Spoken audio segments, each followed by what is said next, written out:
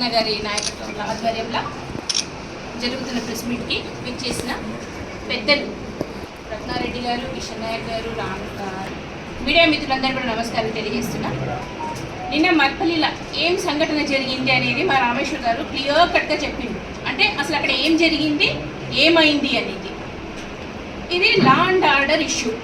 So police శాఖ మొత్తం ఏం జరిగింది తెలుసుకుంటారు, తర్వాత ఏం చేయాలో చేసుకుంటారు.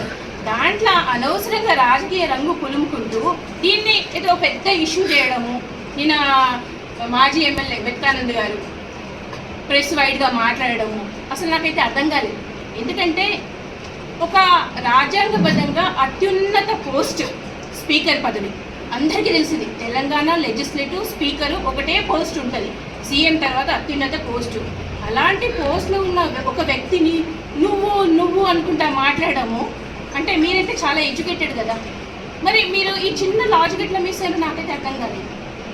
నిజంగా ఇవాళ మా వాళ్ళందరూ చెప్తున్నారు, స్పీకర్ గారు నిన్న నితిన్ గడ్కరీ గారి దగ్గర ఉండి మన నియోజకవర్గానికి సంబంధించిన రోడ్ల కోసము దానికోసం ఫండ్ కోసం మాట్లాడుతూ ఉంటే ఏదో ఇష్యూ తీసుకొచ్చి అసలు ఆయనకు సంబంధమే లేని ఇష్యూ, ఇందాక రామేశ్వర్ గారు క్లియర్గా చెప్పింది, అది తీసుకొచ్చి దీంట్లో పెట్టడము అనేది నాకు ఇంకా ఏం అర్థం కాలేదు అసలు. ఇంకోటి చెప్పిండ్రు, 9 సంవత్సరాల నుంచి చాలా ప్రశాంతంగా గడుస్తూ ఉంది బీఆర్ఎస్ ప్రభుత్వంలో. సరే, ఆ 4 సంవత్సరాలు తిట్టినా నాకు తెలీదు, 5 సంవత్సరాలు అంటే ఎప్పుడైతే నేను చైర్పర్సన్ అయినానో అప్పటి నుంచి అయితే నేను చూసినా కదా. అంత నియోజకవర్గం పక్కన పెట్టింది, మన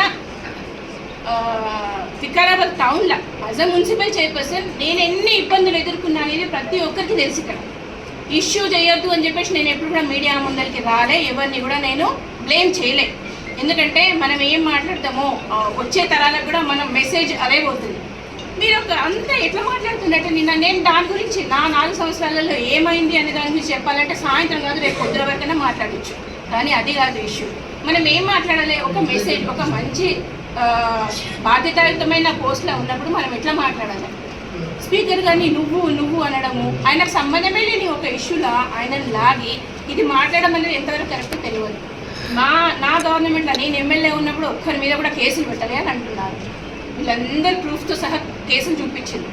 నేనండి ఒక మీటింగ్లో, మున్సిపల్ మీటింగ్లో ఒక లేడీ కౌన్సిలర్ చేతిలో నుంచి మైక్ తీసుకున్నందుకు నా మీద ఎస్సీ అట్రాసిటీ కేసు పెడతారా? అంటే ఒక మహిళ కదా, అంటే మహిళలు అంటే అసలు ఎవరికి గౌరవం ఉంది మీకు? కానీ ఎందుకంటే మున్సిపల్ చైర్పర్సన్ అంటే గౌరవం లేదు. అండ్ అమ్మ జిల్లా పరిషత్ చైర్మన్ సునీతమ్మ మీద, ఆమె మీద ఎంత దాడి చేయించిందో అందరికీ తెలిసిందే. దానికి ఒక చైర్మన్ పోయి ఆమె దగ్గరికి వెళ్ళి మైక్ తీసుకున్నందుకు అదంటే నేను లాక్కున్నానంట. మీరు అందరూ చూసిండొచ్చు వీడియోస్. అప్పుడు నా మీద ఎస్సీ అట్రాసిటీ కేసు పెడతారా? అంటే పెట్టాలని పోయిండ్రు, అందరిని పంపించిన తర్వాత అక్కడ వర్కౌట్ కాక ఇది ఒక చిన్న ఇష్యూ, దీని మీద ఎస్సీ అట్రాసిటీ కేసు బుక్ చేయలేము అంటే తర్వాత మళ్ళీ ఎఫ్ఐఆర్ కాపీ అంతా మార్చుకొని, రిపోర్ట్ అంతా మార్చుకొని మాకు తెలియదు అనుకుంటున్నారా? ఇందాక అన్నారు మా పెద్దలు, పిల్లి కళ్ళు మూసుకొని పాలు తాగుతుంది, ఎవరికి తెలియదు ఏంటి అని అనుకుంటాం. కానీ మాకు అన్నీ తెలుసు. ఏమంటే ఇష్యూ చేయొద్దు, భావితరాల వాళ్ళకి మనం రాంగ్ మెసేజ్ పంపించద్దు అనే ఒక మంచి ఉద్దేశంతో మేమేం నోరు తెరవలేదని అనవసరంగా కాంగ్రెస్ పార్టీని, కాంగ్రెస్ కార్యకర్తల్ని అందరినీ కూడా ప్లే చేయడము. ముఖ్యంగా మా స్పీకర్ గారిని గౌరవప్రదమైన పోస్ట్లో ఉన్నారు. ఆయన వికారాబాద్ అభివృద్ధి కోసం చాలా తాపత్రయపడతా ఉన్నారు. అది గుర్తించడం మానేసి అనవసరంగా కామెంట్స్ చేయొద్దండి. నేను ఇదొక్కటే మీకు సభముఖంగా తెలియజేస్తున్నా. మాదందరికీ కూడా ఒక ఫ్యామిలీ. ఏం చిన్న పొరపాట్లు అవి ఉంటే కామన్. ఒక ఫ్యామిలీలో అన్నకి తమ్ముడికి కూడా కొంచెం కొట్లాట్లు అయితేనే ఉంటాయి, తర్వాత అందరు సర్దుకోపోతూనే ఉంటారు. సో ఇలాంటిది ఏదో పట్టుకొని ఇష్యూ చేసి అలాంటిది మాత్రం కరెక్ట్ కాదు. ఆనంద్ గారు మీకు ఒకటే చెప్తున్నాను, అందరినీ గౌరవించడం మాత్రం నేర్చుకోండి, ముఖ్యంగా మహిళలు. Thank you so much.